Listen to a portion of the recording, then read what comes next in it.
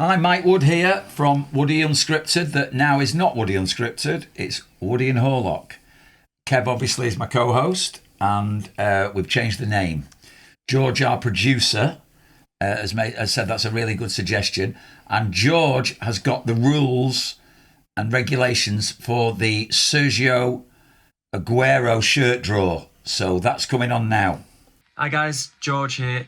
Super easy to enter into this competition. All you need to do is head over to woodyandhorlock.com, that's our brand new website, /giveaway. So that's woodyandhorlock.com /giveaway, and there'll be instructions on the site how to enter there. So, thank you and best of luck. Well, thanks, Woody, for putting my name to the podcast. Obviously, those that are listening, podcast about football, life, mental health, recovery, real life stories. So please support us, subscribe if you can, so we can keep bringing you really good guests.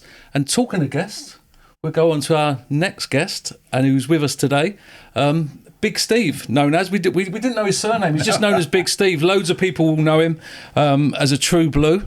How are you, Steve? I'm very well. All the better for being here with you two. So what are you up to these days? What keeps you busy at the moment? Oh, all sorts. Family life, me kids. My son's, he wants to be a musician. He thinks he's Liam Gallagher, so he's bouncing around doing gigs.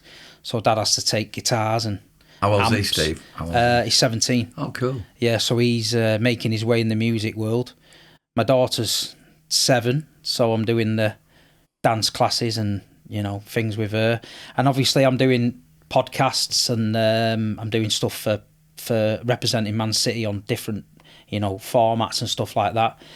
I've got my own businesses, as you know, clothing brand, water brand, and various other things. So I'm always busy. I'm always trying to juggle it and spinning plates. I need to be less busy, I think. I was going to say, that does sound busy, doesn't it? Well, it's safe to say that you are an entrepreneur, Steve. But for those of you who don't know, Steve's so well known with all the, he's well known with a lot of people, but with the young guys, my sons and all his mates, they're all like, when you were coming on, it was like, oh, Big Steve's coming on. They were all quite excited. Yeah, so where was it that you were brought up, Steve? Where were you? Where did it all start? I'm from Moston, which is North Manchester. Yeah. I was brought up there. Great place. It's changed a lot now, but fantastic place. And obviously, I think Moston's more 50-50 split, City and United, you know what I mean?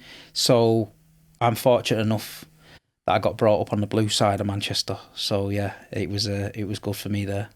And what school, childhood, was it, would you say, happy or? No problem, happy childhood. My dad and mum worked really hard. My dad had a builder's merchant, so he was always trying to get that going as a kid. So school holidays was, I'd love to say, was like playing football with your mates, but it wasn't. It was like sawing timber and like bagging out bags of sand and cement for builders and stuff. But that was, we all just mucked in, tried to get where we needed to get.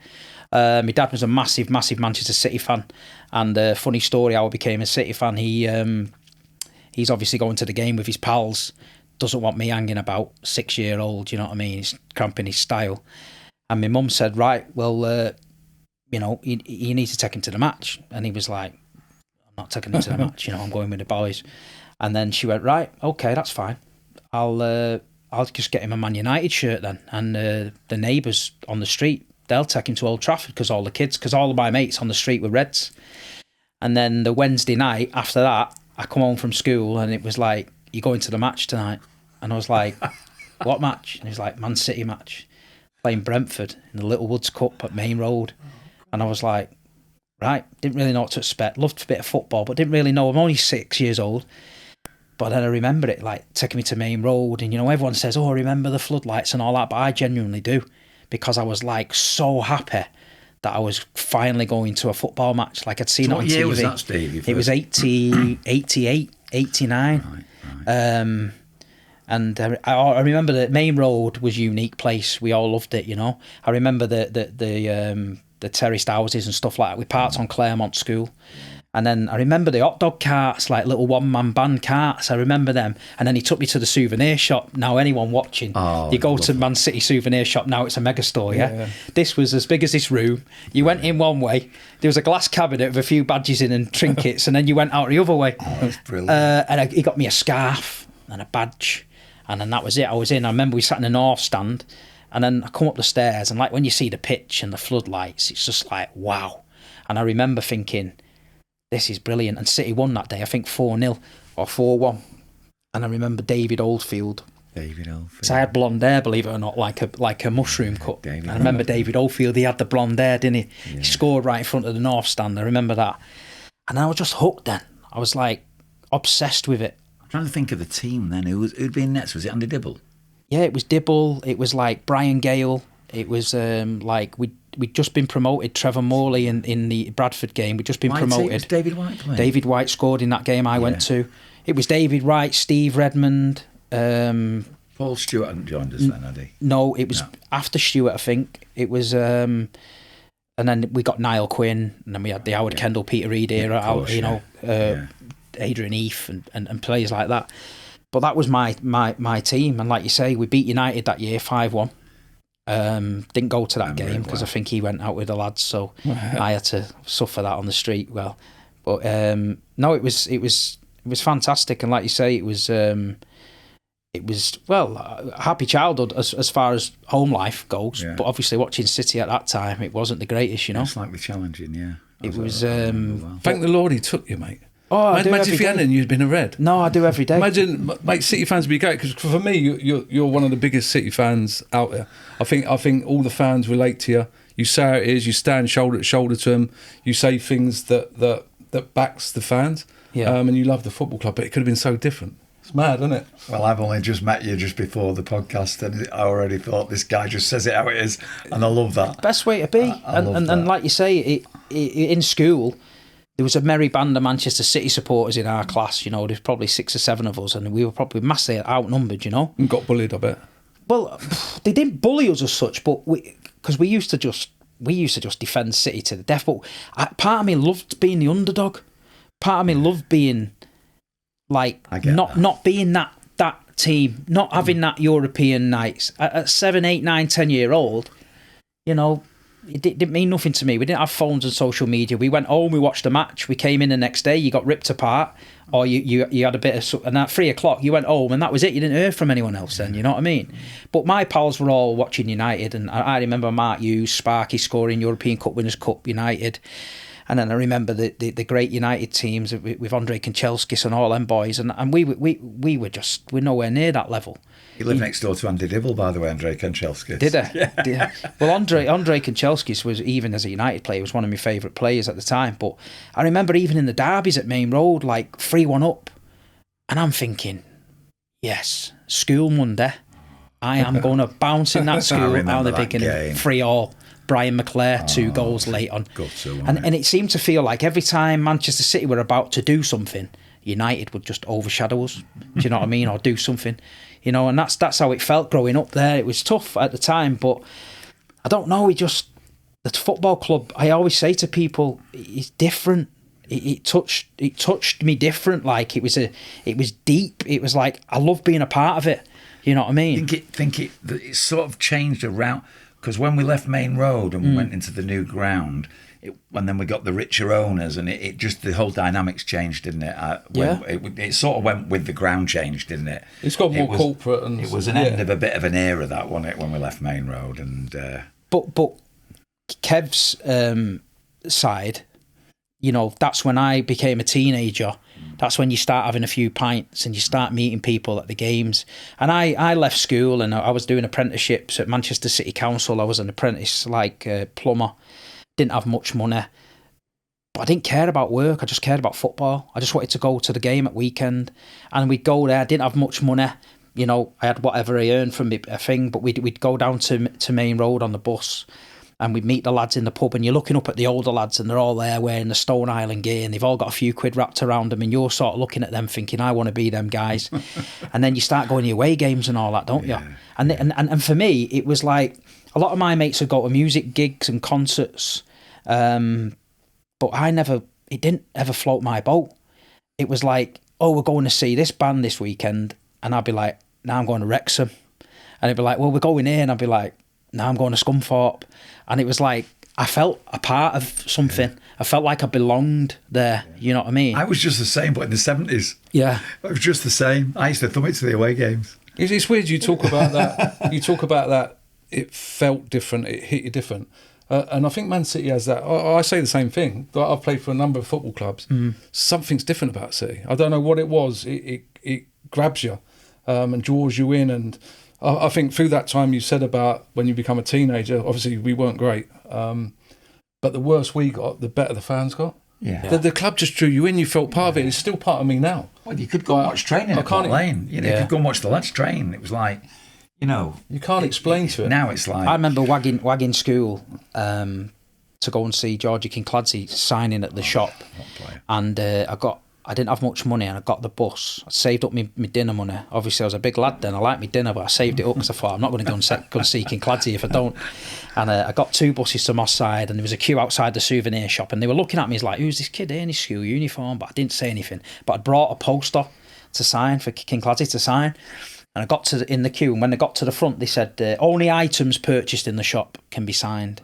And I thought, shit, I've got £3. What can I get? And they had a little postcard of Kinkladze like that, £3. I bought it. He signed it. He turned up in his Ferrari. Do you remember he had a Ferrari? He turned up in his Ferrari. He was like God.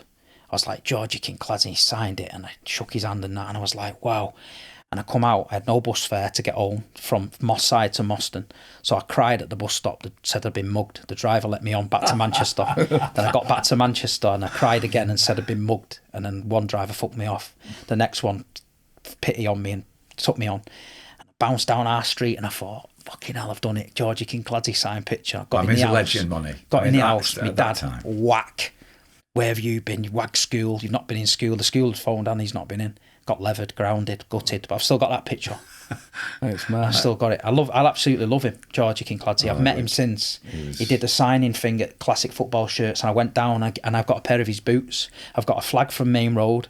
I went down there and he had everything. And he signed everything for me. I've got them all framed in my house. He's genius, I love him that much. He was so good. You talk about the Ferrari. I think he crashed that, didn't he? Yeah, he went out the top of it once. I've got newspaper. I've got newspaper cuttings of him. I collected them all. Was it the airport tunnels? Yeah, it's there. Yeah. The funny story about was he racing with Nicky? Yeah, it was Nicky Summerby. Yeah. But I remember when he got the Ferrari. It was funny because I always promised myself that when I could afford it, I'd get a Porsche.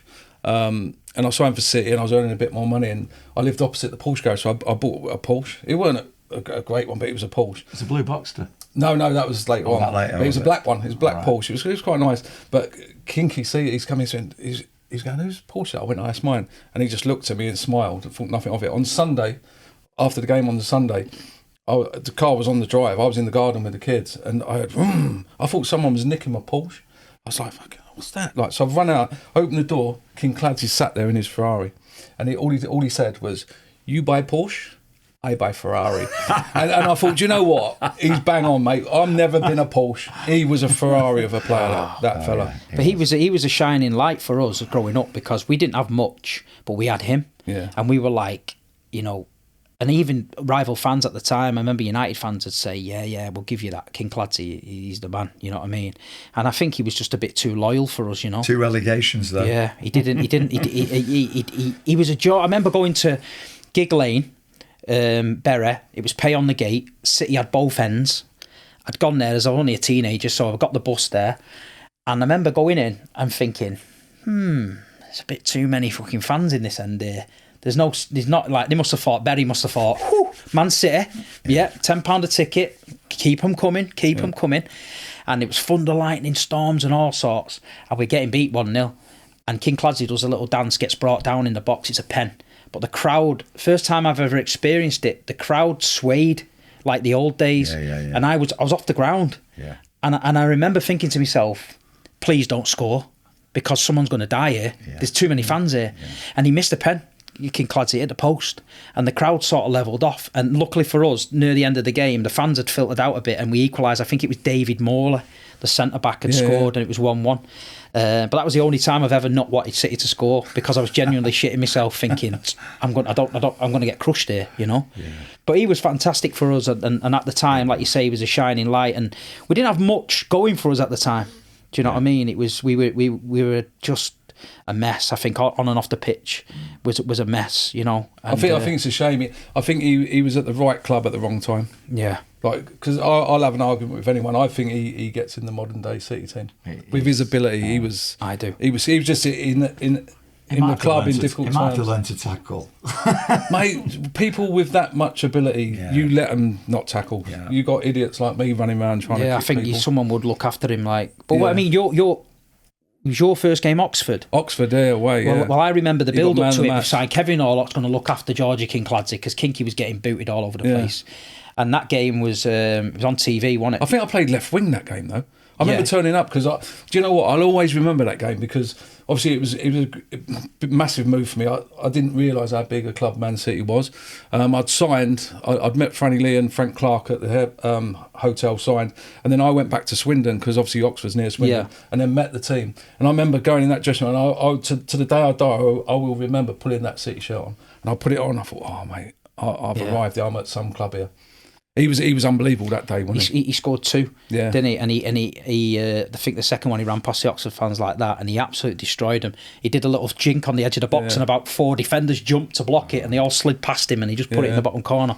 But them days, like I say, he was class, and we struggled a bit, you know. But me growing up in. How old were you then, Steve, when that was that sort of game? God, I was born in 81.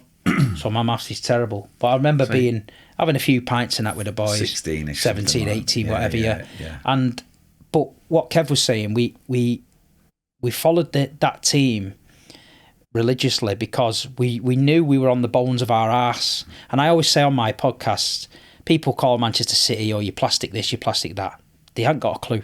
Because I always say to them, you judge a football club when the football club's on the bones of its arse. Not when it's winning everything. Not when it's great to turn up and you know you're going to win and it's fantastic and you go at the Trafford Centre and it's all jolly and all that. You judge a football club when you're absolutely desperate.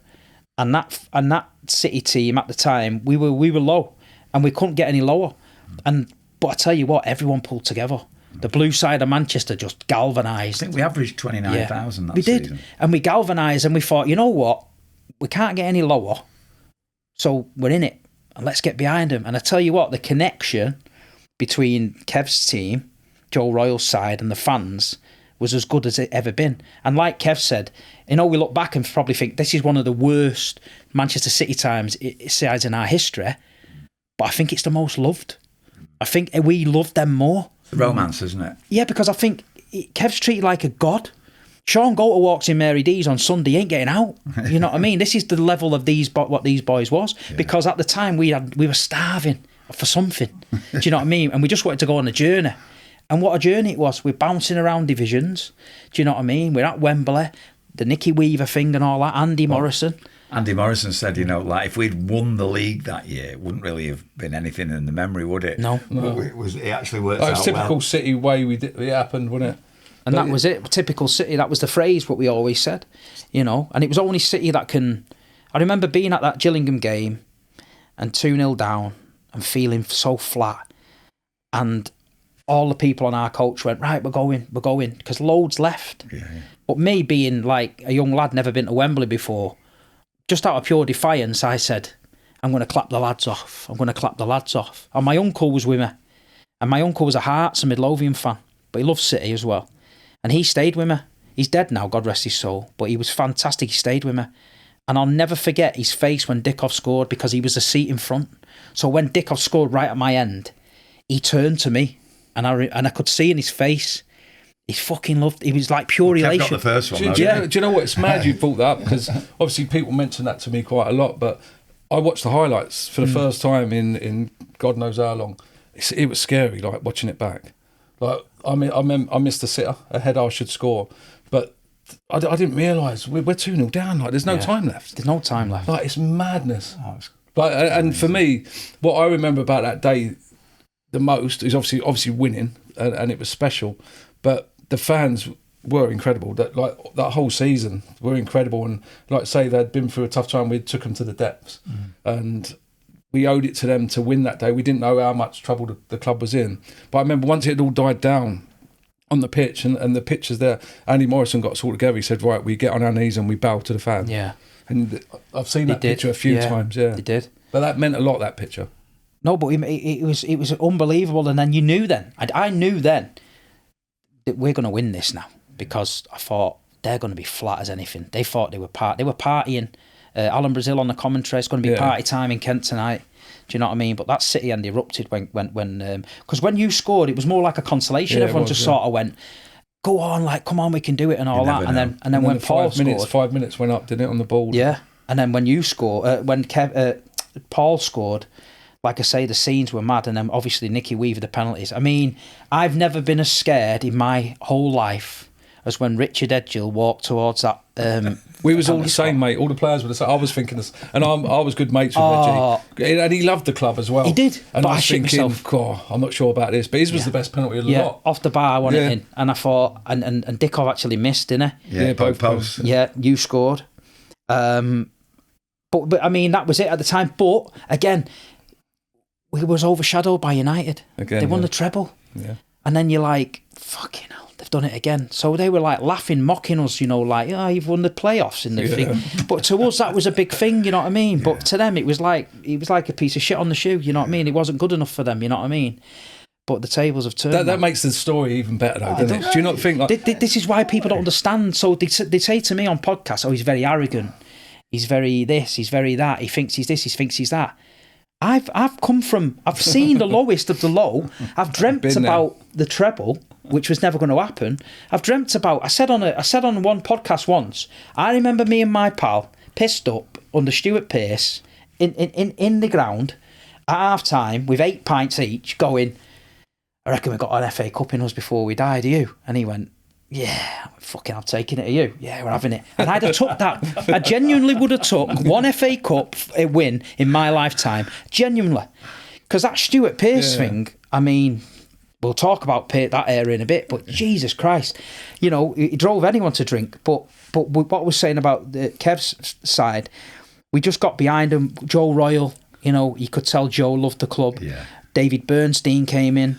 You know, a different direction off the pitch. John Wardle, people like that were involved. You actually finally started to sit back and think, you know what, we're going in the right direction. It's slow, but we're doing all right. You know what I mean? And like you say, the Blackburn game when we got promoted, there was 30,000 there. The pitch is covered after the game. Oh, it was brilliant. They were outside. They were rattling the gates. They were on the hill. We got there early that morning. They were everywhere. That Furnhurst boozer. The coach went past the Furnhurst before the game. The city coach. We were all there singing, so I'm thinking that, these players better not shit it, because they might looking out that window and thinking the pressure's on here. Yeah. Do you know what I mean? We were like giving it, and they were doing the conga in the Blackburn end. Yeah, they were in the director's box, and then like you say, we won it, and we never should have won that game. No. Blackburn hit the bar, hit the post. You know, they were brilliant. Yeah, we ended up winning comfortable. What was it, 4-1? Wasn't it? But it was never. The Amateurs.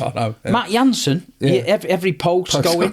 You know, Weaver's doing cartwheels. He's been told off for that, and then obviously we won that game and we invaded the pitch and. You know, they've seen the fans. They had to bring the players up into the director's box. Otherwise, no one was going home. Blackburn was not clearing that pitch. They brought them out. I remember saying, Big Joe's in the dugout. We've got to go up. Can't get the City fans off the pitch. The pitch was covered, wasn't it? We needed it. And this is why I say to some younger lads, don't message me in that. You got no fans. I say, go into Google. 2001 Blackburn. I think I've sent someone a picture on what is X now. Twitter used to be Twitter. Because I'll always say it as well. I'm not having it. People go, plastic fans, got no history. Hang on a minute. I don't think I watched the highlights the other night. I don't think there's many. Mark Kennedy. I don't think there's many other clubs that could go to the depths that City went to and still have the backing. Would Newcastle are a big follow club. Yeah. A lot of clubs wouldn't have success, and I don't think you see that again. Anything like that. But for me personally, in them days, obviously. I started knocking around with a few of the run boys at City. You know what I mean? I started, you know, my pals were into music and stuff like that. A lot of them used to take drugs and things like that. But I've never took a drug in my life. I've never smoked. I've never took a drug. But I used to like a pint. and I used to like getting involved in shit I shouldn't be getting involved in. You know what I mean? The football violence element of it, I've never really spoke about. Is that where you met it. Anthony? Yeah, Anthony and that. We were all dragged into something really, because we're Manchester City, we're a big fish in a small pond. Every week at Main Road, you've got teams coming for a big day out. So all their boys are thinking, Man City away, we're bringing all the lads out, we're having a right jolly up. So the Manchester City lads are not having it. You know, they don't want people marching around Main Road, you know, taking liberties. So there's a bit of scrapping going on. And then when the away games come, we're taking massive amounts, you know, but you're going to these little villages and towns in League One. There's a welcoming committee when you get off that train. Yeah. You know what I mean? And I'm a young kid and I'm thinking, this is wild, this. So did you get involved in all that? Yeah. See, I didn't know that about you. Yeah, I know. But listen, I'm not condoning it because, you know, it's not right. But at the time, I thought it was great. See, it's weird. Like I can't comprehend someone saying that's enjoyable. Like that's so far from my. I can't describe it. Because Anthony said the same. It was it's like an adrenaline rush. Course, yeah. So you're getting off a train with 50 of your mates at Wigan, say, and you come off the platform, you go up the stairs, and there's 60, 70 Wigan lads there, been waiting for you all day, and there's a bit of a scrap going on. You know what I mean? And don't get me wrong, I think them days you had a scrap and it was a scrap. These days, it's a bit mad, innit? You know, people are carrying stuff and that, and it's a bit dangerous. And at the time, you know, we did it. And don't get me wrong, I got some good hidings, me. I got some good hidings. I come unstuck a few times where I've gone down the wrong way, been split up, been followed. Fulham. You know, one thinks of Fulham, did they? No. Kick shit out of me. Did they? Well, yeah, slap me all over the place. Down in Fulham. Huddersfield, you know, places like that. But for me, it was like part of the adventure. You go into an away game, you don't know how you're getting there, you don't know how you're getting home, and if you finally got home at night with a kebab and 3 points, it was the best day ever you've ever had. But we got sucked into it, and we were young lads, you know what I mean? We were... impressionable. That's I think you look at back now and there's a lot of people, these bigger hooligans. I'm not a hooligan. I was just involved because I followed City. My choice was to go with the lads rather than go with my dad or go with anyone elder. You get involved in scripts and scrapes, even if you're not about that. You had to sometimes you had to either leg it or you'd have to get involved to defend yourself.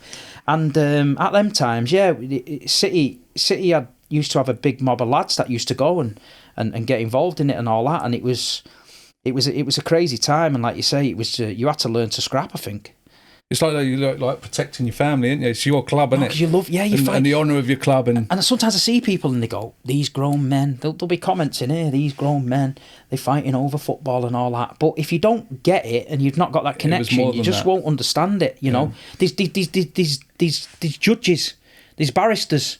These lawyers, these multimillionaires at weekend turn into a different animal when football's involved. Do you know what I mean? These people, you've seen it, haven't you? All walks of life. You think, bloody hell, look at the money he's got, and he's going out scrapping at weekend at Rotherham away. And this is what people were doing then. But it was just the buzz of it, and part belonging to something. I thought was always like, you know, getting involved in it. But the football was always my main.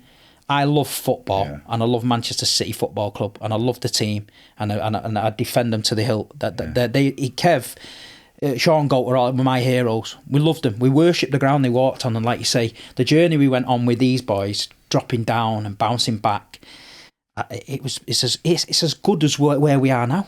You know what I mean? Because it felt so good. Do you know what I mean? I remember Grimsby away and stuff like that. It was great. Macclesfield Town away. They put up scaffolding, didn't they? It was just a great day out. But the club them days, it was mad, wasn't it? Like some of the things that they did. You spoke about Paul Walsh before. I mean, Walsh was fantastic for us, and I'll never forgive swapping him for Jerry Creaner. I can't get over it. I can't get over that in life. That was a nightmare. I know he was class for us, Walsh. Him and Rosler. The connection. It was so good. What a player. Great player. What a player. But do you remember playing a pre-season friendly against Droylsden and Mike Sweeney off the radio injured him? Who the fuck decided that we're playing against Mike Sweeney from the radio?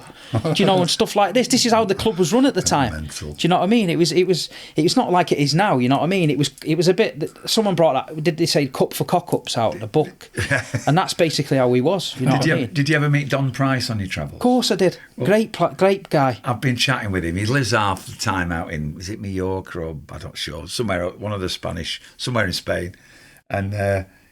Prestwich and Whitefield. Prestwich and Whitefield. Him and Ada, they used to run that. I'm good friends with them. I remember funny. them. So Don realises, I don't know where I met Don, obviously pissed up somewhere, back in the day, and then he realised that I was mates with a load of the players. Yeah.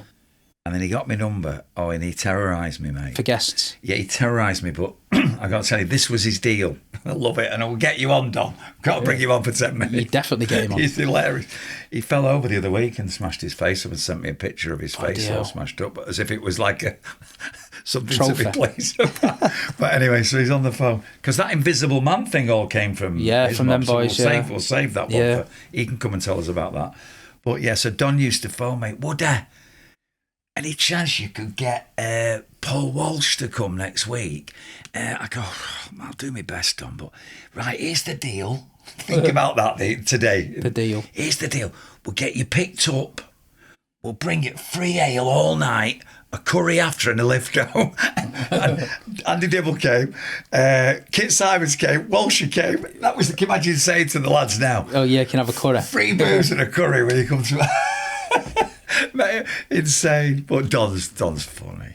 They were one of the biggest supporters club at the time, Prestwich and Whitefield. Massive. Yeah, they were fantastic. They did a question answer, and we weren't doing great at the time. And some of the questions that were getting asked to the players, Yeah, I got back there were once. just Yeah. Yeah, it was quite funny. I laughed. Don was, they used to write questions down and put it in a thing and he'd pull them out. yeah. And I don't know whether it was actually on the bit of paper or not.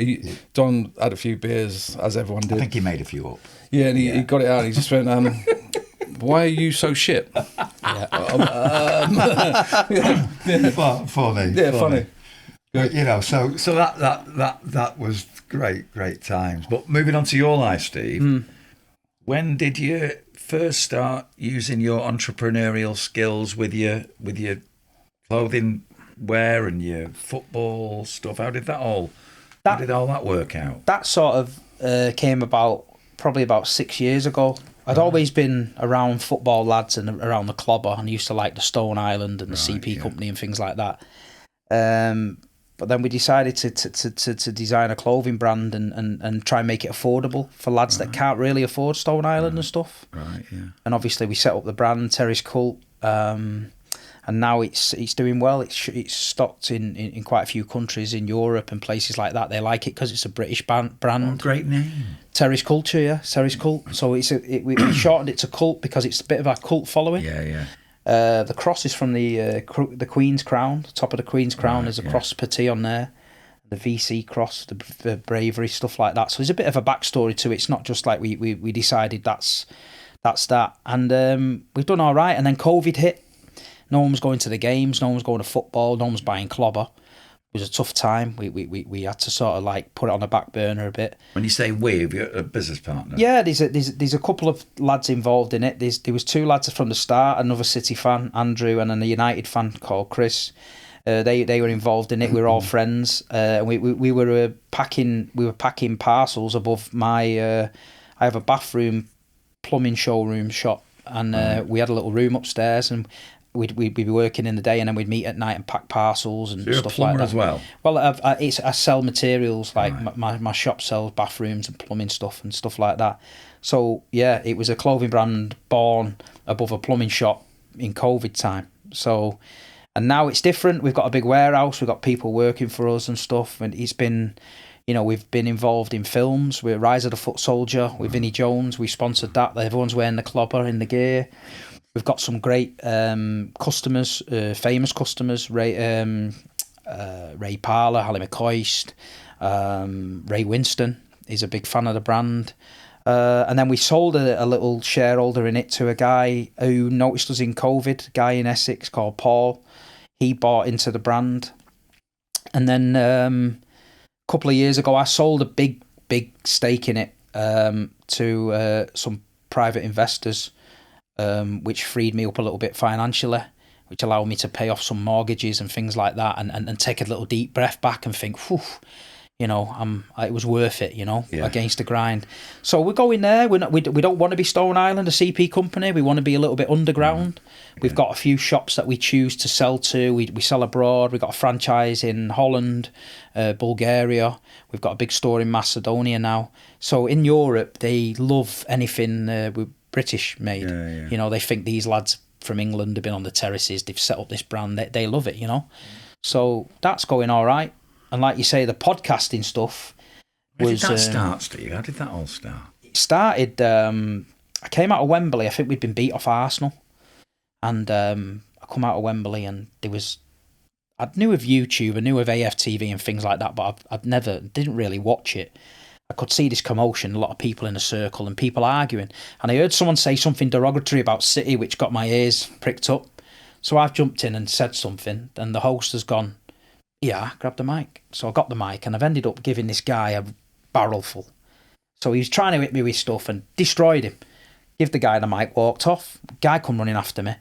He said, oh, mate, we need you. I said, what do you mean? He went, Man City fans online. There's no Man City fans online. We need you, mate. You just killed him. We need you. I was like, well, what do you want me to do? He went, oh, give me your number. I give him my number. And he had a channel called Cheeky Sport. What's his name, this guy? Joel Bayer, he's called. Right, wow. He works with Rio Ferdinand now. He's a mixed race guy. Joel Bayer, you'll see him. He's a presenter. He's quite a famous guy. Yeah. And he was like, Steve, we've got this channel. And every time Man City play, we need you to do us a 60-second reaction after the game. I said, okay. And it was a season where we were going for the league. We had to win 14 out of 14.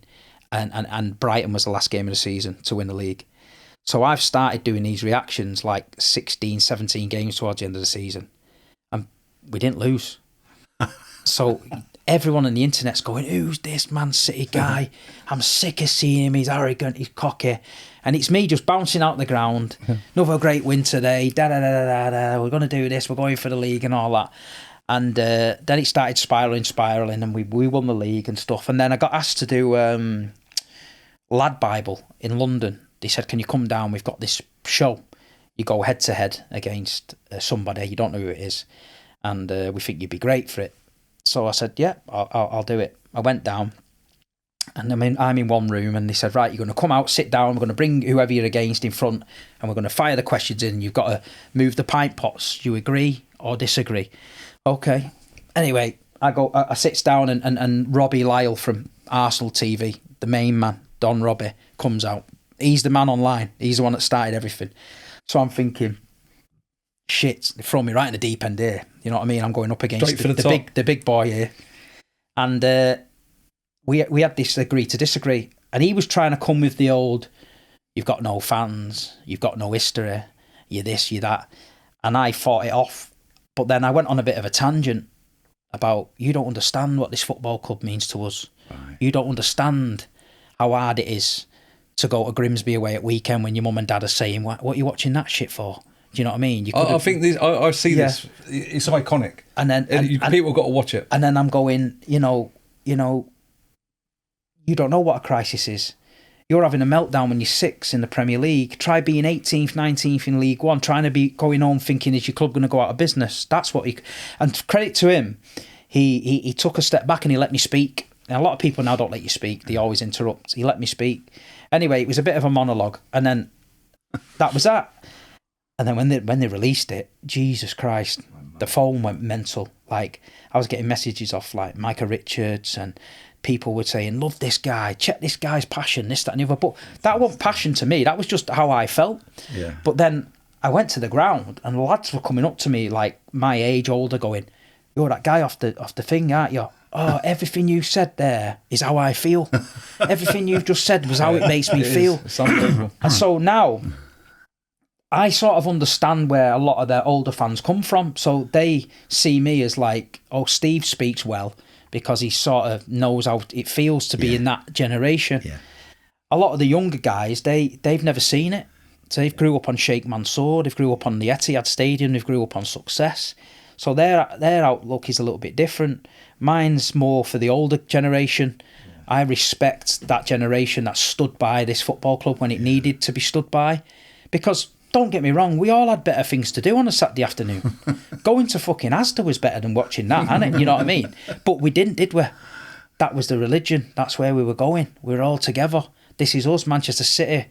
We're not Man United. We used to say, we're not tourists. We're not this, we're not that. Have you any idea where that passion comes from? Have you ever thought about it? I mean, I see what's happened with me. And when I I would be just like you back in the day, before I got sober. Yeah.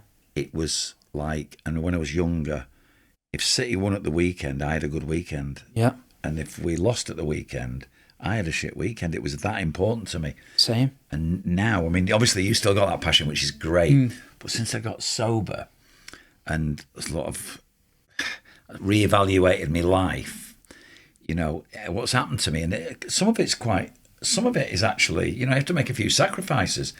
I've just lost that, you know, the thought of getting upset with somebody else because they support a different football club now. Yeah. Or back in the day, Yeah. I got arrested when I was 17 for just having a row with a lad in a chippy because he was a Birmingham City fan when I was on holiday. He had a Birmingham City badge on.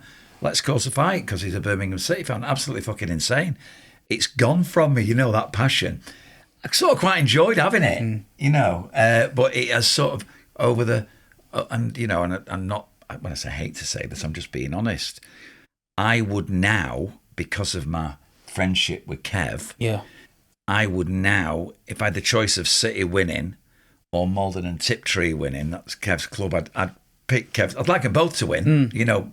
So that passion's gone. You still clearly got that, haven't you? Yeah. Which, and by the way, that's not me knocking it. I think it's. I'll tell you where I got banned from City, Right. from all football for 3 years. Was that with Mickey Francis and all that stuff? No. I got a banning order. Middlesbrough 8-1. I ran on the pitch. I was pissed off. Sven-Goran Eriksson's being sacked. We love Sven. We're getting beat 8-1. So front of the away end's gone off. Police, everything. And I thought, I'm pissed. I'm absolutely pissed. I'm like, I'm not having it. So it was carnage. And not many people know this. My friends know this, and the lads who were with me know this. We all invaded the pitch. We were fuming. They wouldn't let Sven come and say goodbye. We're getting beat 8-1. It's an embarrassment. And there was all sorts of trouble going on and all that.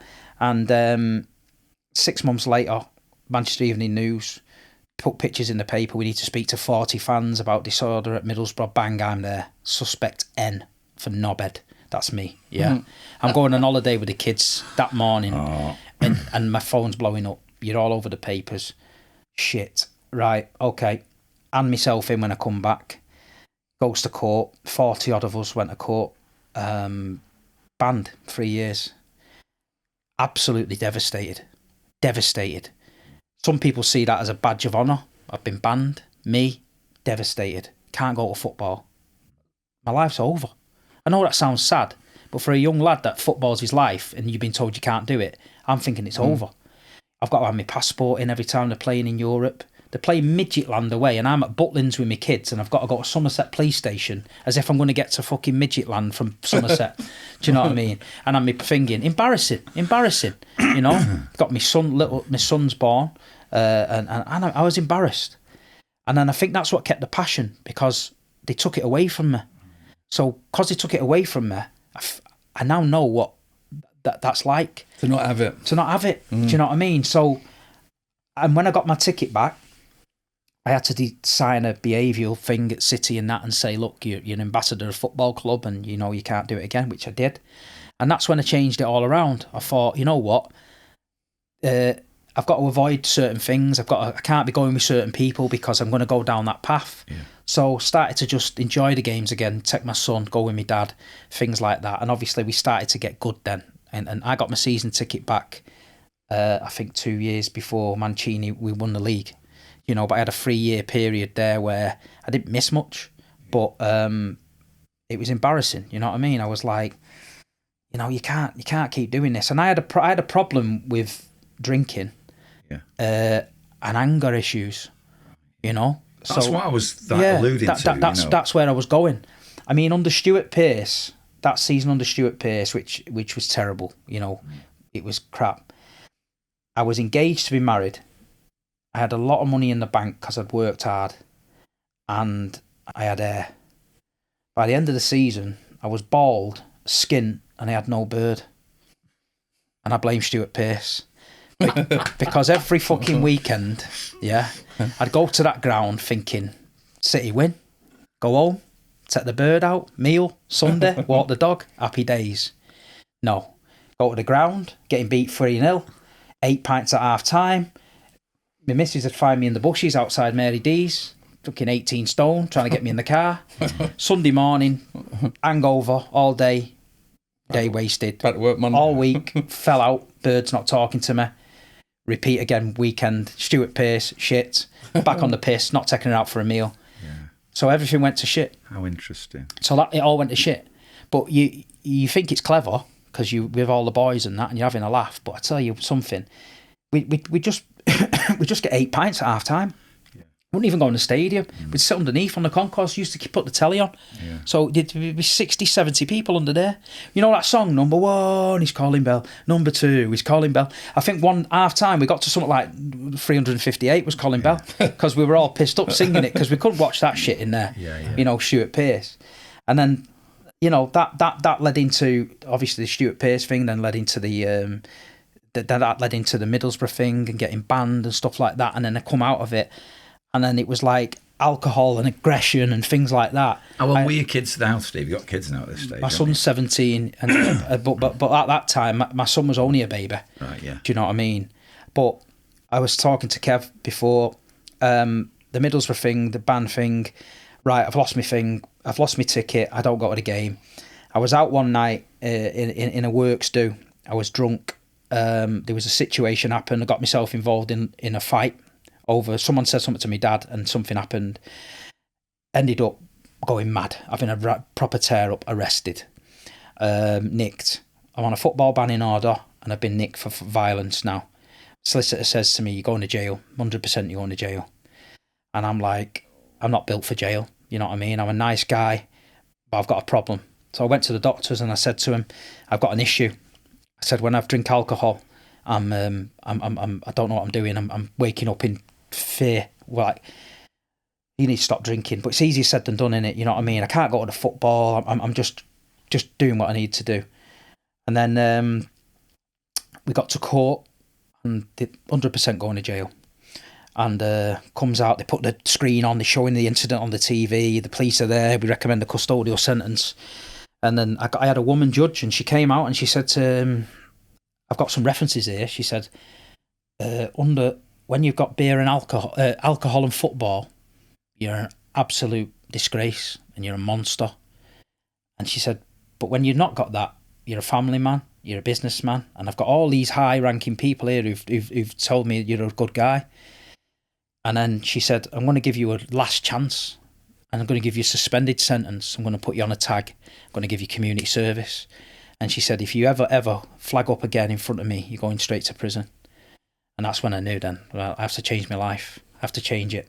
I have to stop it, because I'm going down the drain. And a lot of people who were close to me said to me, that's a sign that. I think if you'd have got a male judge that day, football guy or fan, he would have looked at you and thought, he's a dick. Get him in jail. She didn't. She's seen something in me.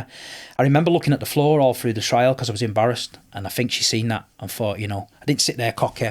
Yeah. You know, do what you want, because I was genuinely ill with the fact that I'm going to jail. And have you not drank since then, Steve? No, well, I did drink, but I'm 6 years sober now. Well done. Because what happened is, again, this is what happened again quickly.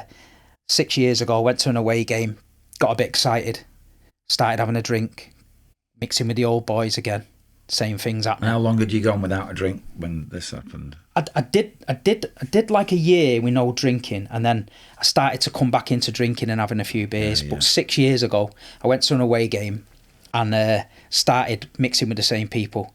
But from the minute I opened my first can at 9 a.m. to waking up the next morning, it was a car crash of a day. Yeah. There was people were involved in fighting.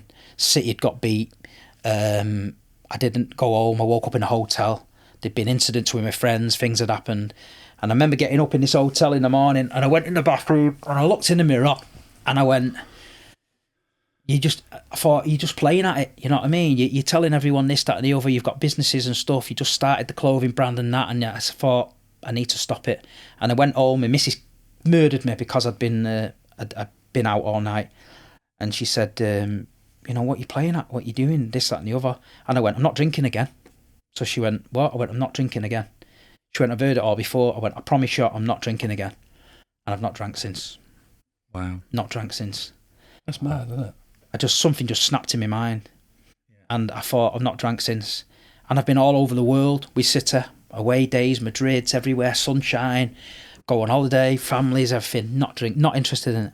Really? Not interested in it one bit. Got an inkling. No, Right, not interested in it. And you know what?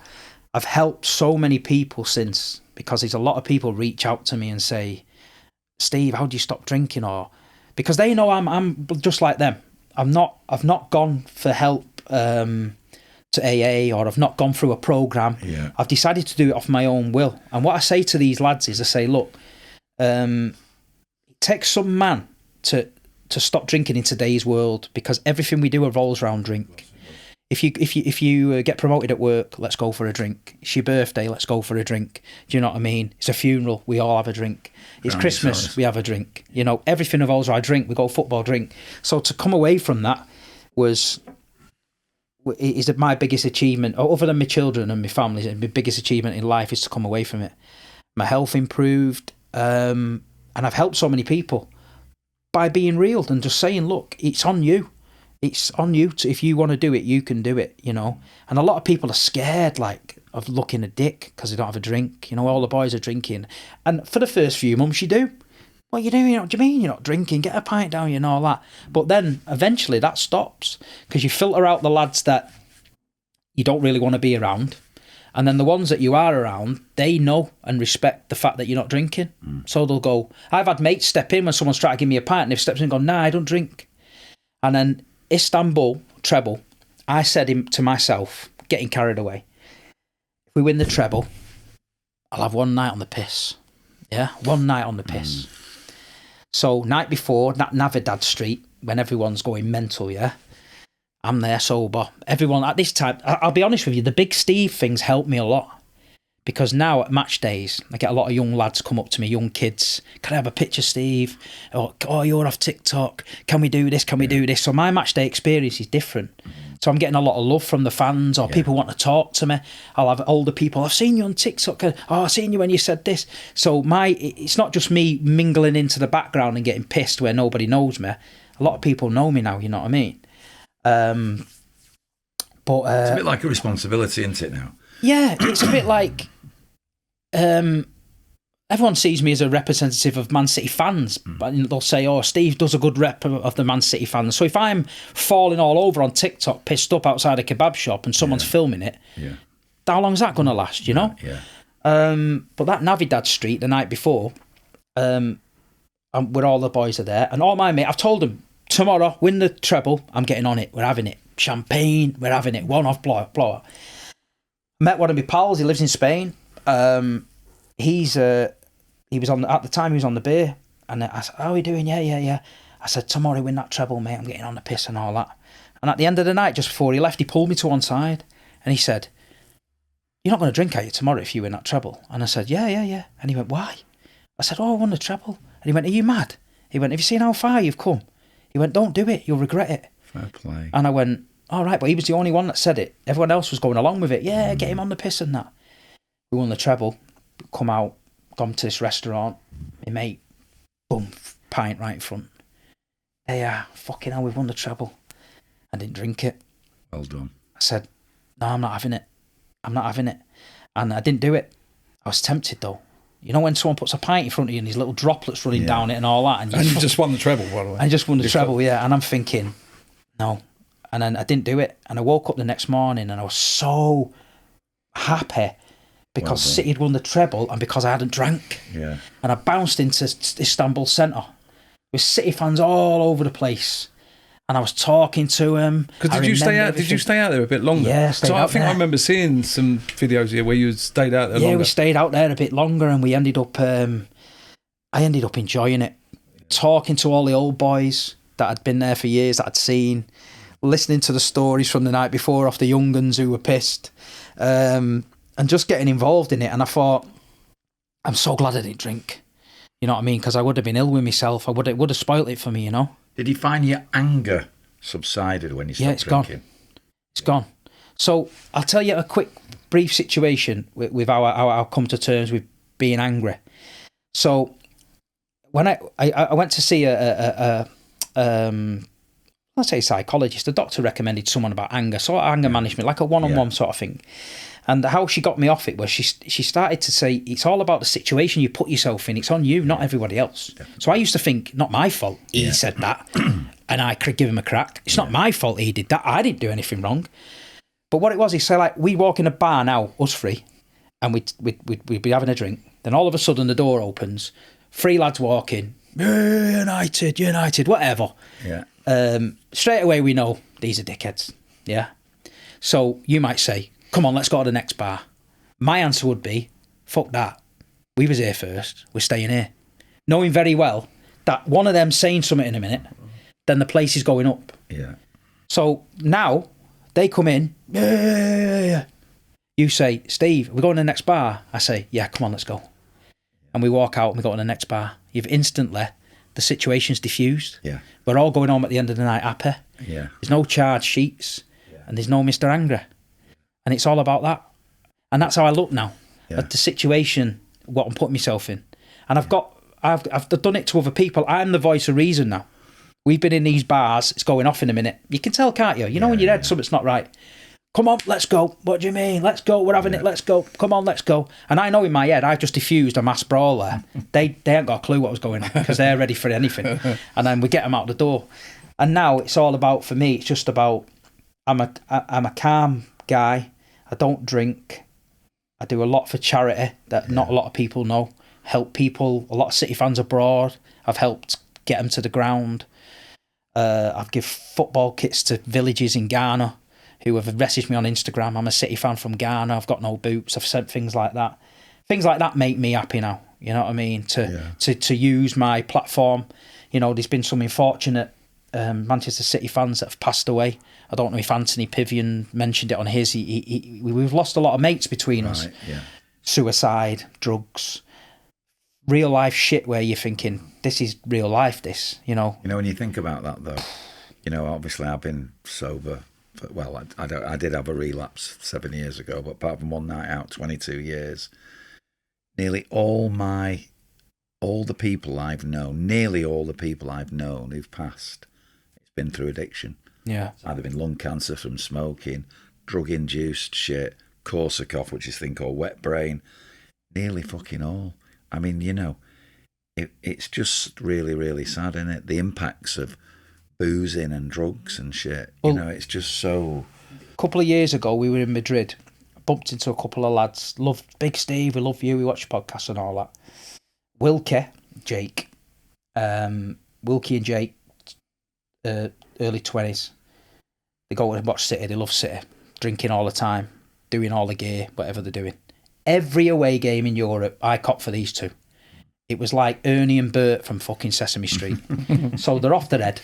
And all the way to the ground, I've got Ernie in one ear and Bert in the other ear. They're telling me the life story, this, that and the fucking other. Lovely lads, right? Big City fans. And they used to say to me the next morning, fucking hell, Steve, how did you put up with us last night chewing your ear off? Not a problem to me, that. If people want to vent and talk, let's talk, you know what I mean? You know, all the thing.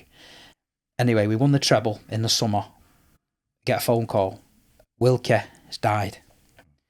What? He's died. Been on drugs. Been off his head. Psychosis, whatever. Yeah. Heart attack.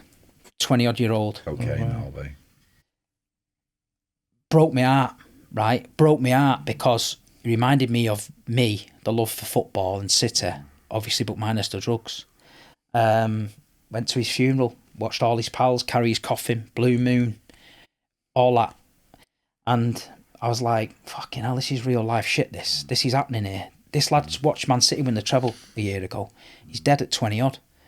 But there's a lot of lads like that now. And they're reaching out for help. They're stuck. They can't survive without this, you know, football. They can't survive without it. And this is why I urge every single football club in this country should have a mental health charity attached to them. Somewhere where these people can I'm not saying it's a football club's fault, because it's not. You know, you can go to the football without that kind of stuff, but that does drugs and drink and stuff does go hand in hand with football, because a lot of lads can't cope with it without it. Yeah. So I feel like they need somewhere where they can phone somewhere up, speak to them, or just speak to like-minded people, because I think football can unite a lot of people, because people have reached out to me over football and told me they've got addictions and stuff, and I've put them into a lot of places. So there's my friend Chris Drysdale hung himself, big City fan, Dryer, God rest his soul, one of the boys, everyone loved him. He hung himself. So out of this tragedy, they set up a group called Cleaner and Dryer, because he's called Dryer. And this is what Anthony's involved in it. They meet on a Friday night and you can go. And fantastic. And I went down there one Friday night and sat there and listened to the stories of these people, and it blew me away. It absolutely blew me away. The stuff people are going through, you know. And like you say, with the young lad Wilkie, his friend Jake's now struggling because his best pal's gone, and his dad's now struggling and stuff like that. And it's real life stuff. Oh yeah, definitely. It's so tough, and I see so many young lads, and they reach out to me at the games. I'm not qualified enough to help these people. I can only give my opinion on what they should do. But I feel like people like Cleaner and Dryer. There's one on Instagram called Mind, Body and Soul. You can message them at any hour of the day and they will find help for you and stuff. These people are like angels, you know what I mean? They're doing really good work. Well, there's drug helplines as well. Drug helplines, alcohol helplines. So whichever addiction you've got, these people will steer you into it, you know. But I found like a lot of people are going down this drug and alcohol route. And, you know, there's about 5 or 6 lads, I'm not going to mention the names, who have reached out over the last couple of years. They're like 2 years sober now. They're doing it themselves. I only give them a little nudge along the road. I check in on them. You all right? How are you getting on? But they're doing all right with it. But it is a worrying thing. Listen, this is just for me, and everyone can do it. And you know, fair play. You're an example of somebody who has just stopped drinking. We had Mark Kennedy on, didn't we? Similar length of time, 5 or 6 years. He just decided he hadn't gone through any major trauma in his life or anything, but he just decided he didn't want to drink anymore, and he just stopped. And fair play. I tried that so many times. Couldn't do it. No, so many times. I'd do it for a month, 2 months. When I lived with Jeff Whitley, because I lived with Jeff Whitley for 18 months. But that was hard. Well, it was at the end of, you know, he ended up getting sacked, and I ended up going into rehab. Right. Yeah, it was a bit like the blind leading the blind, to be honest.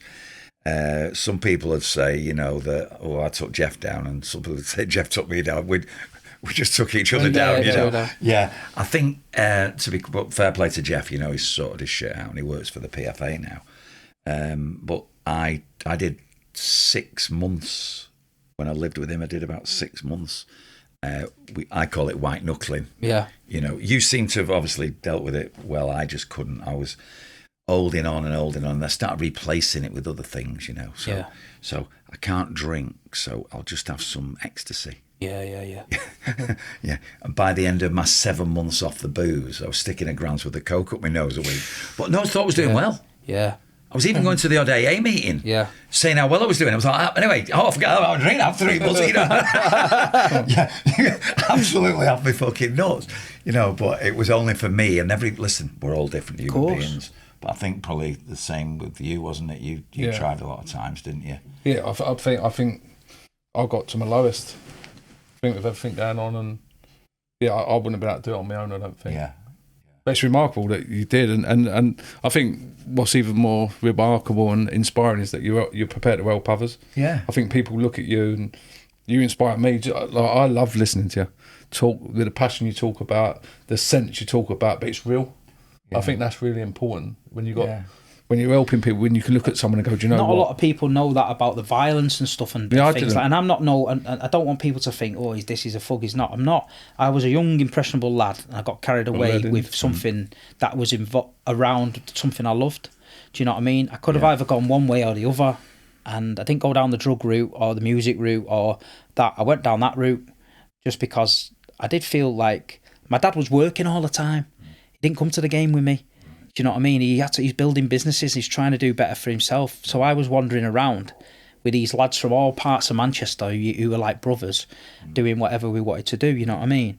And now I'm 6 years sober, and now I get it into my mindset is as well. I always say to people, my health has never been as good. even though I swapped beer for chocolate. So Cadbury's Dairy Milk, I'm addicted to that.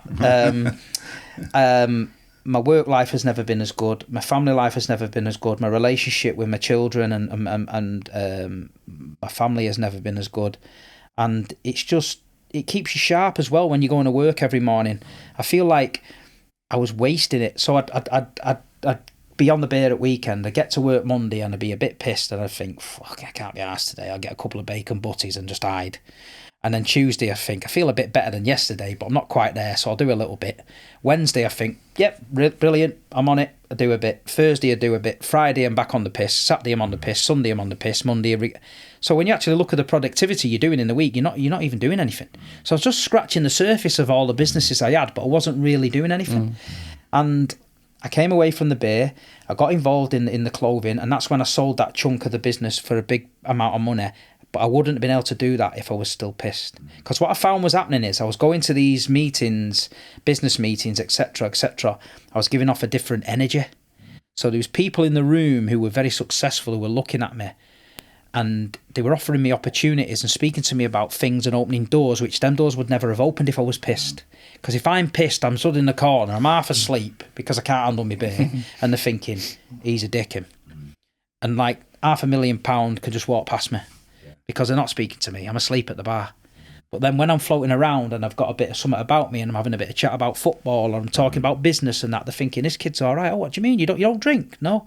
Bloody hell. And then they're like commending you. Then all of a sudden, oh, well, I'm doing this and I'm doing that. Why don't you get involved in this? Because they're thinking, we want a lad like this involved. He's straight-headed, you know.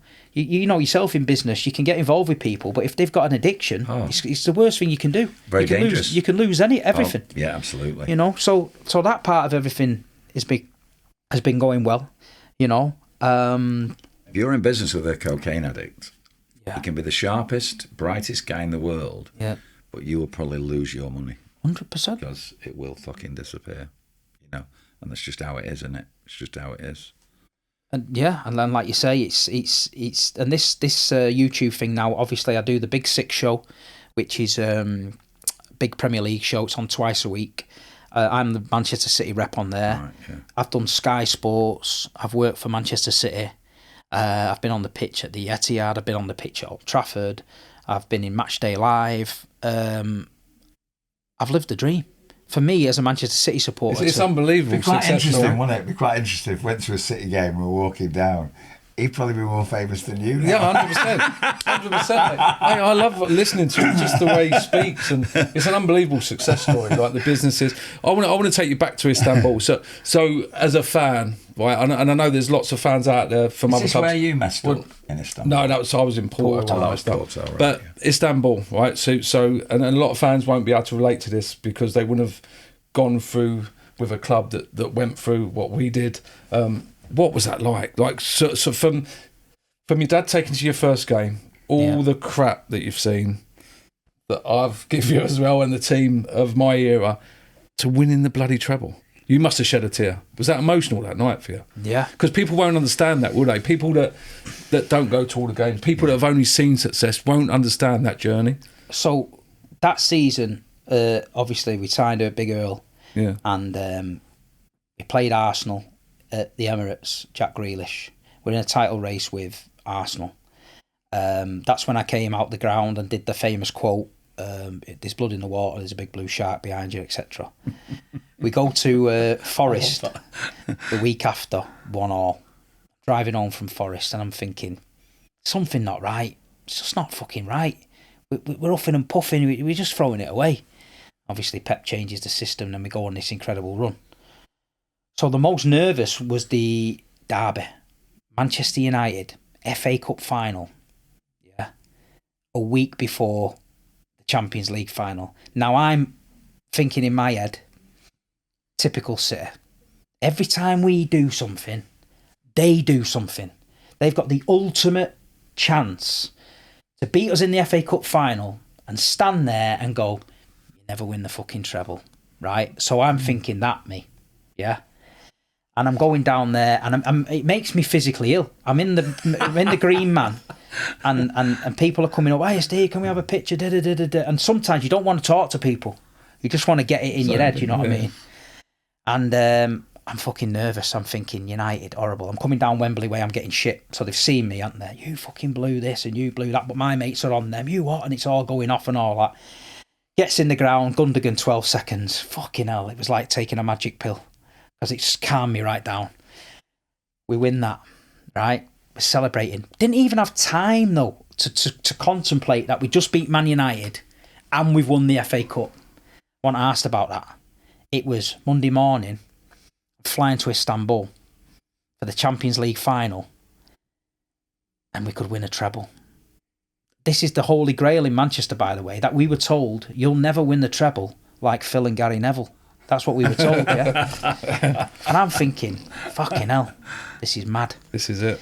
So, the week before that, we'd won the league. We'd won, when I think Arsenal had slipped up, we won the league. I get an Instagram message on my phone that night, 10 minutes after the final whistle. Erling Haaland sends me a great white shark, yeah, jumping out the water. Brilliant.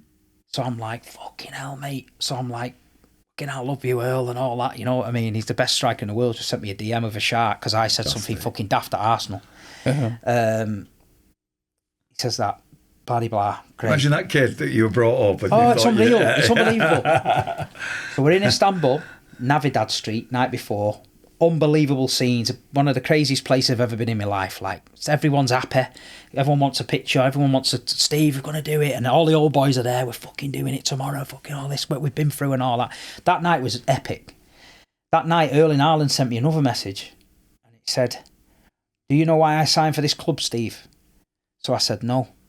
And he sent me a gif of the Champions League trophy spinning round like this. Well, the fucking goosebumps on my neck, right?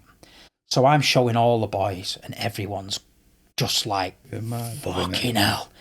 Big Earl's just sent you the Champions League. So we were like pumped, you know what I mean? But I always say to people, that was like, Porto had a different vibe about it.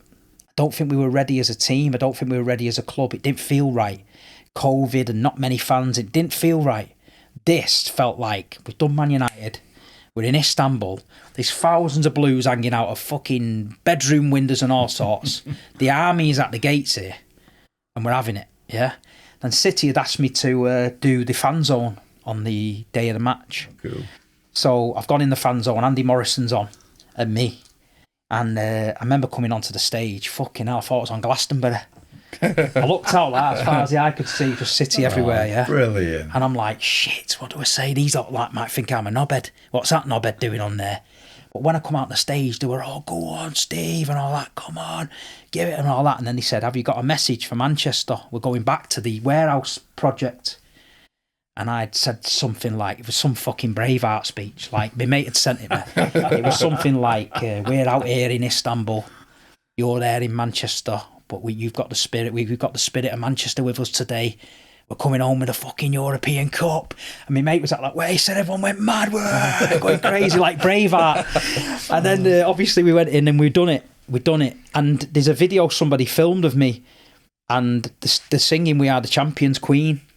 And I'm stood on my seat, but I've just got my hands on my head, but the biggest smile across my face I've ever had in my life. Because it felt like it'd gone full circle.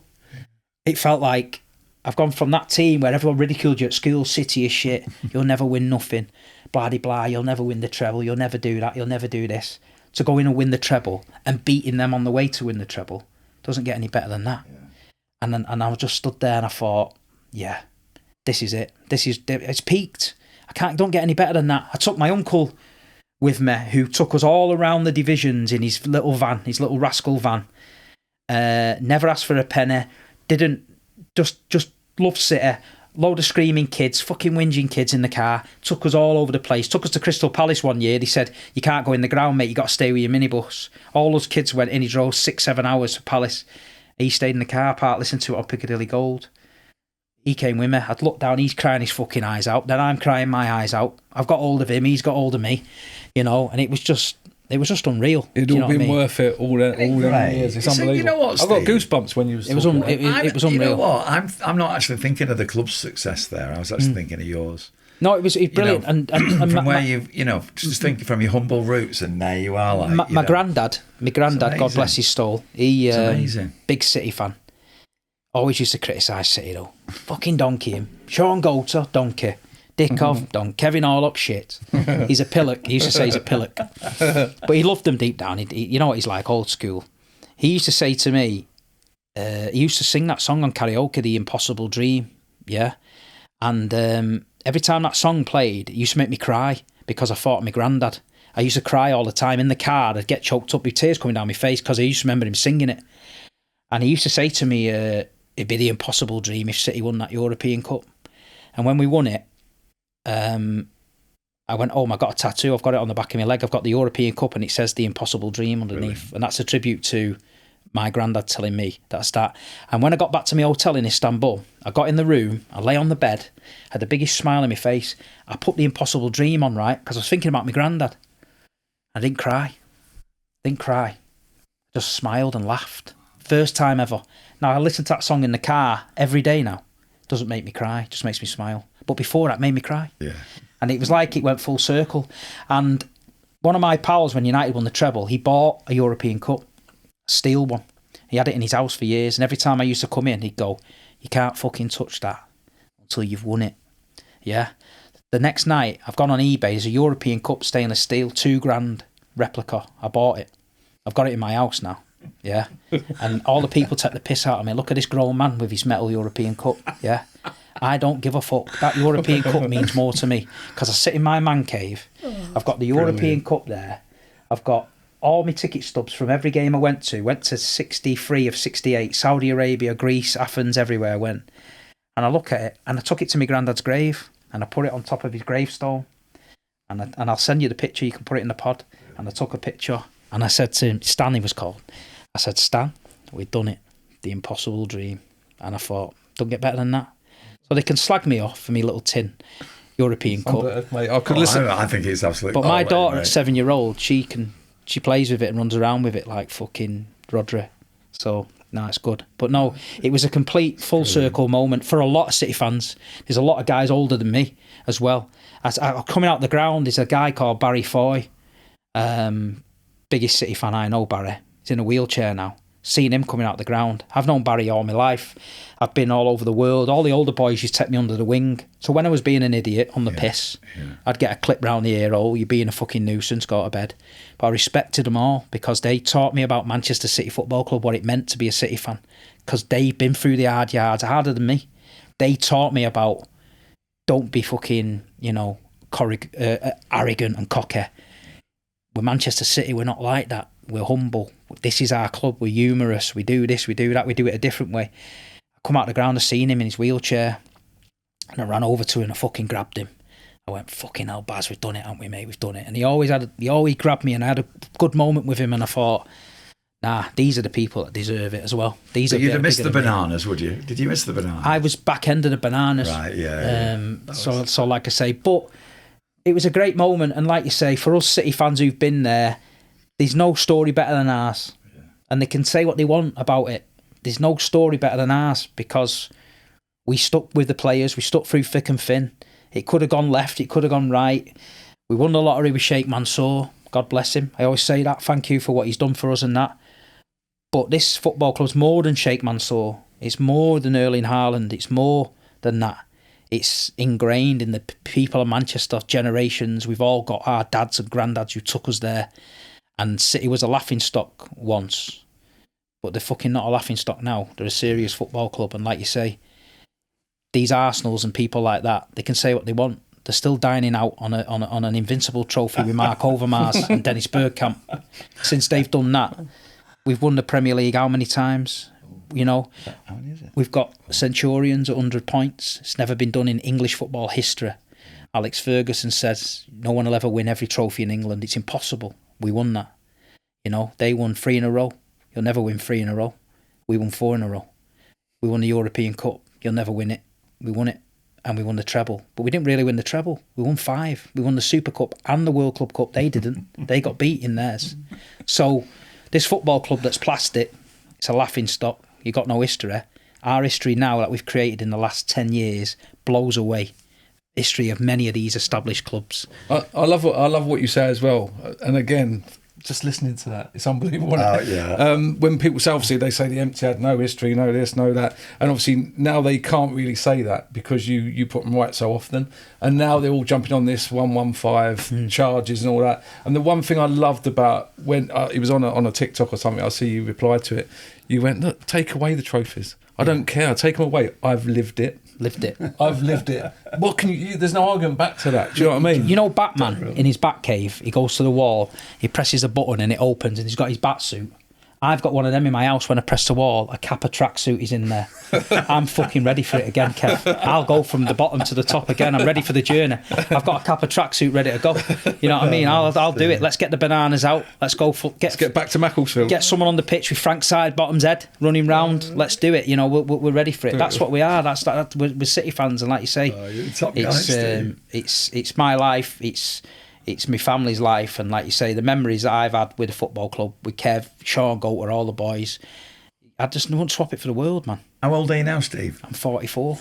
So where do you see yourself going in the next 10 years? Have you got any social media ideas? side of things is I don't do it for the money. I never have. You don't earn any money doing it that way. You know, you've got to be literally doing it 4 or 5 times a day to earn any money. I've got my own channel where I say what I want when I want, so I might miss a few videos and then I might be there. I do enjoy things like this podcast, talking about City. I've done a few supporters clubs meetings. I've done some with Kev where I've tried to host it and tried to tell the story of the lads. But I don't know, I'm just enjoying myself. Let me mention it while I'm here. I went on Sky for the derby, the box. Did you see it?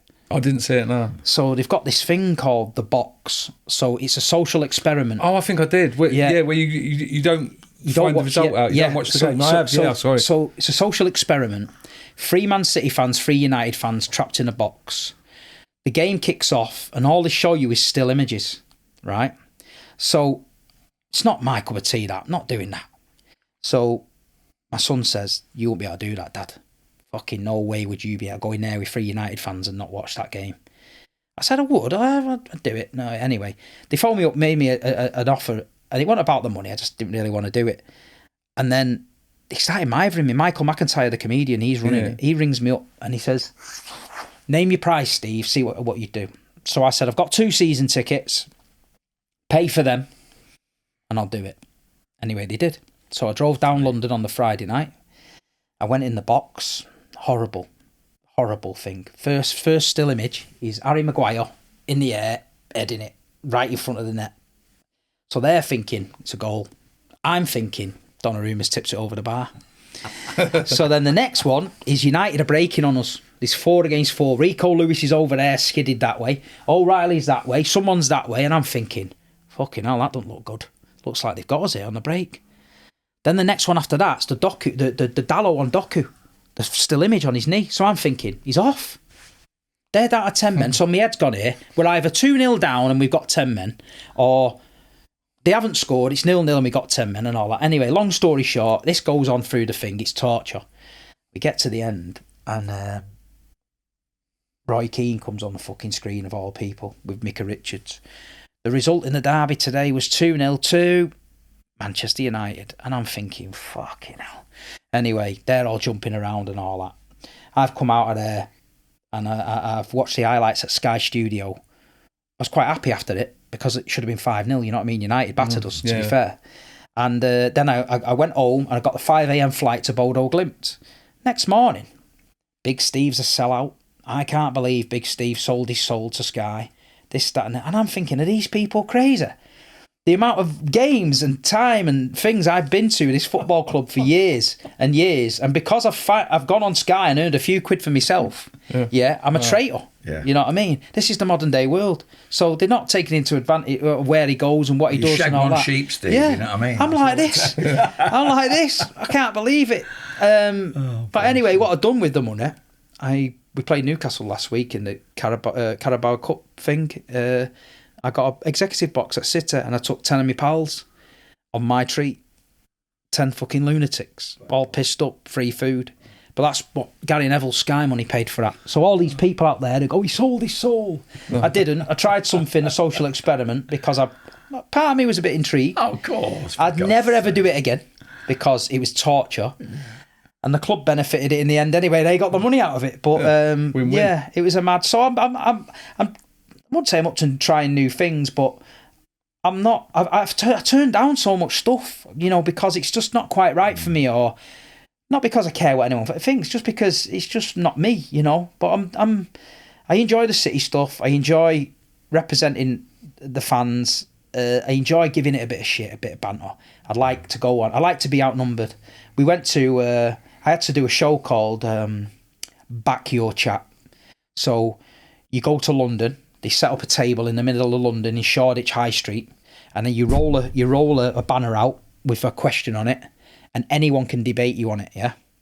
So I've gone down with my lad to London, and we got there, and there's a big crowd of people there. I'm in the middle of London, and I rolled it out, and it says Manchester City is a bigger club than Arsenal, and I sat there, and they had to come.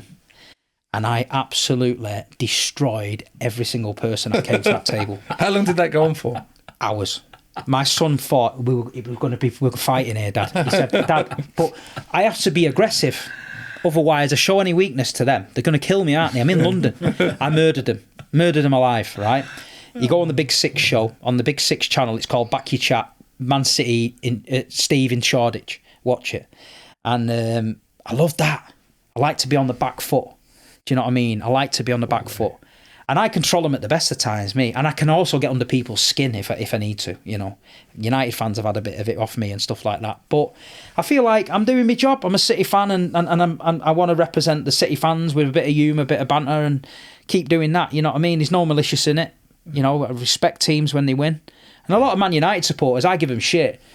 A lot of them respect it. They'll come up to me at the game and say, "Oh, Steve, you do me head in, but I respect it because you was there, Division 2. All my old pals from years ago.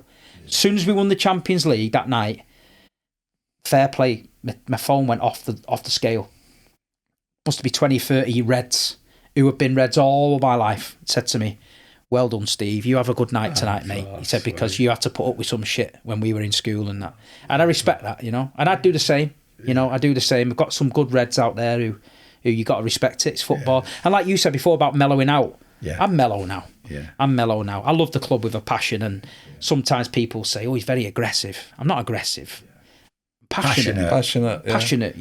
I can rant and rave with the best of them, and the difference is now I just turn red because I'm like, he's going red and all. I think you're the best at it, mate.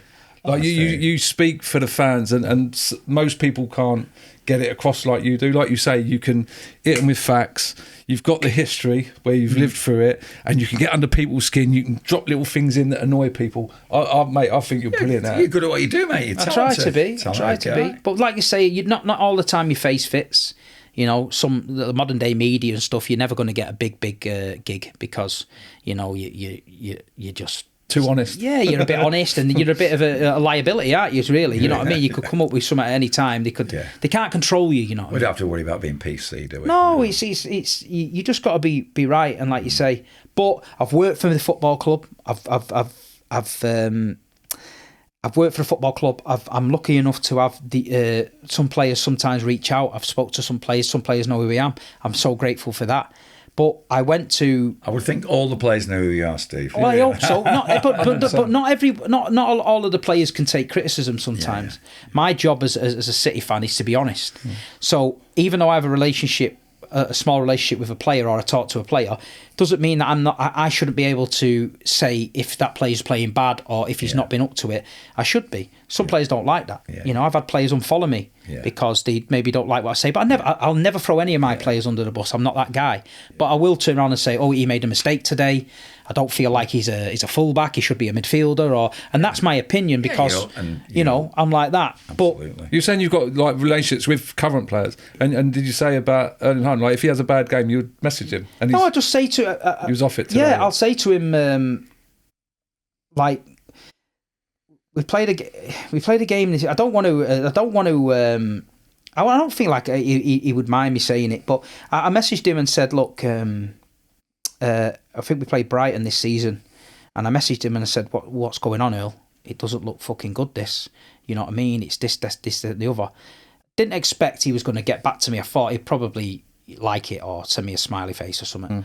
And then I was in Dubai on holiday, and I was fuming. And then I got a message back, a long one. And he said, Steve, I understand your frustration. I'm more frustrated than anyone. We're a new team. We've got new players. You know, not everyone's up to speed yet. Let the rival fans talk about, you know, what they want to say. But come the end of the season, they won't be talking then. And he said, next game against Manchester United, I'll do my best to put it right. And he went and fucking destroyed them. That's brilliant, that, isn't it? And a great story. I think he'll be happy with that. And I sent him a message after it and said, fair play. You put your bollocks on the table and you delivered.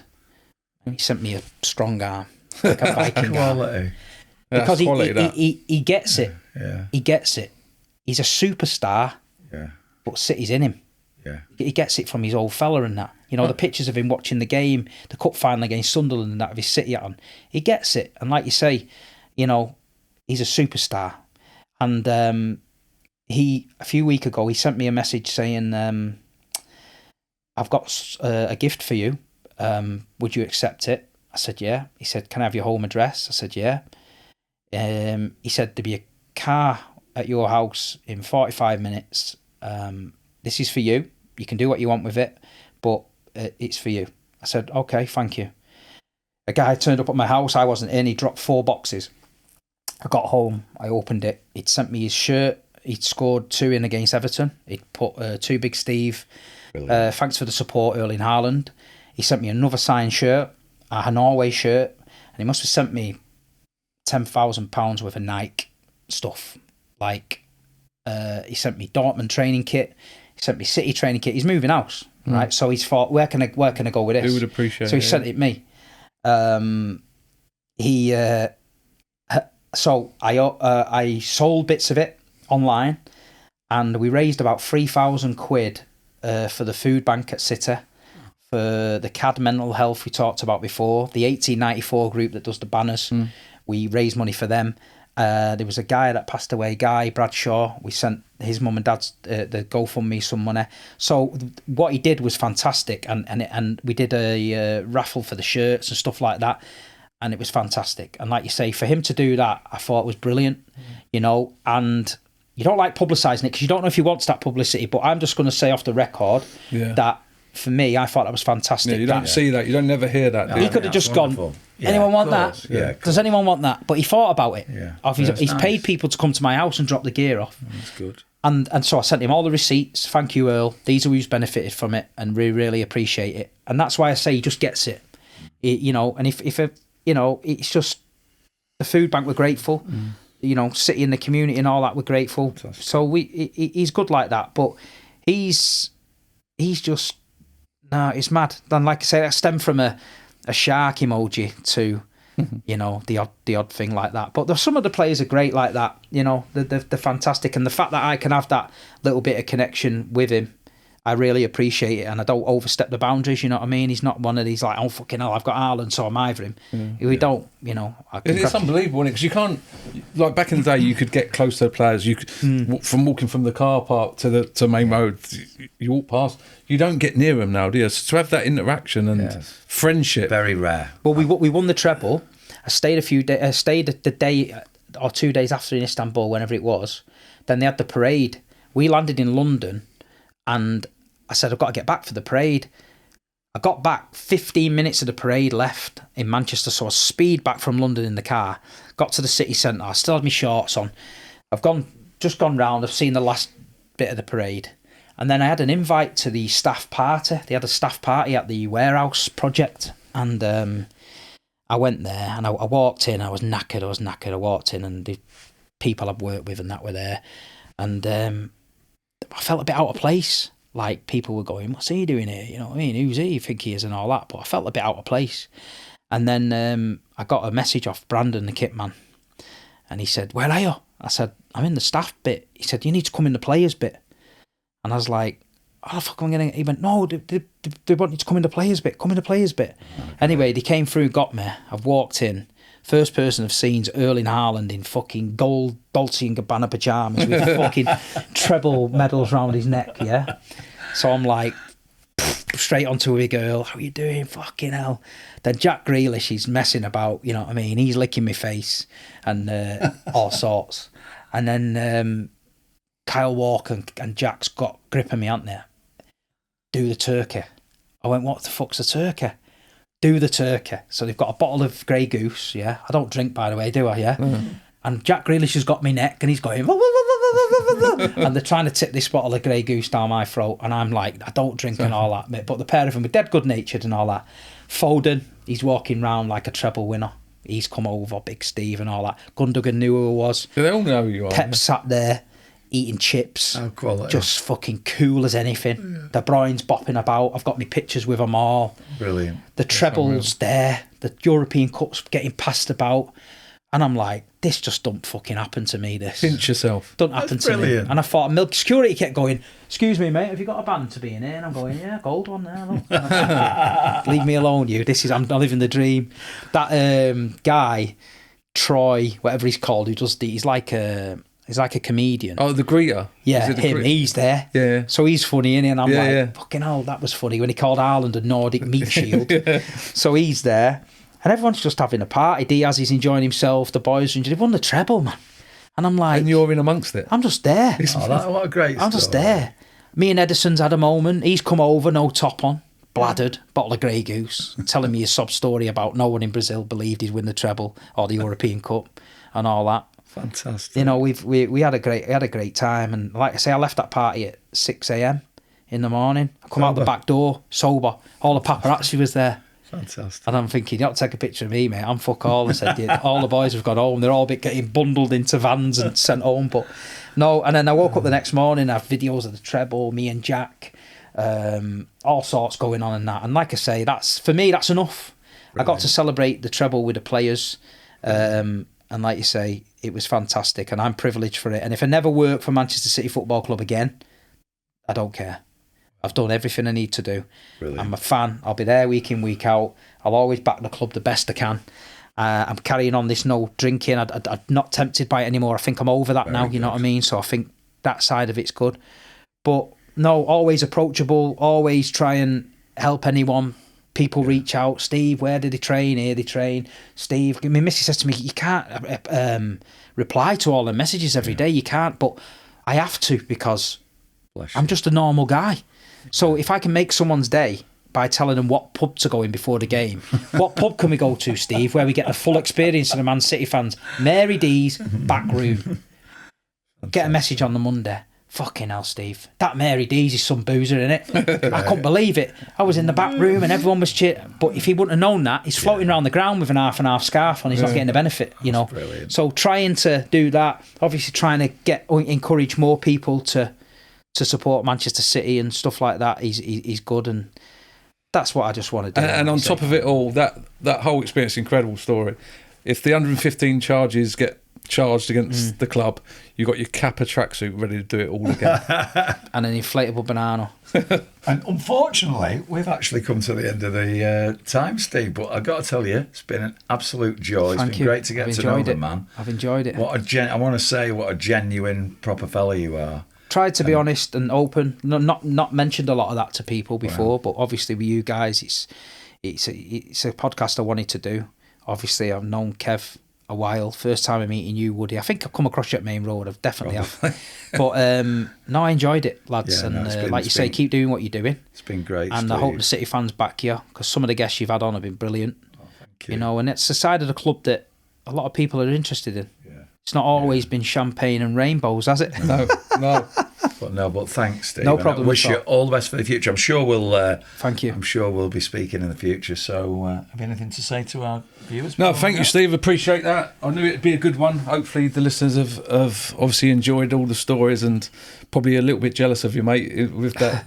Celebrating with the players with the treble, but try his stuff out. Terrace Colt, I must admit, I have worn it. It's unbelievable. So give that a go. And like we always say, if anything we've spoke about today has affected you, is affecting you, there's help numbers that you can contact. Which when I did this last time around here on the screen now, worked really well. He did it really well. So, yeah, I hope you've enjoyed it and we'll see you soon. Yeah, see you soon. Thanks, guys. Thank you.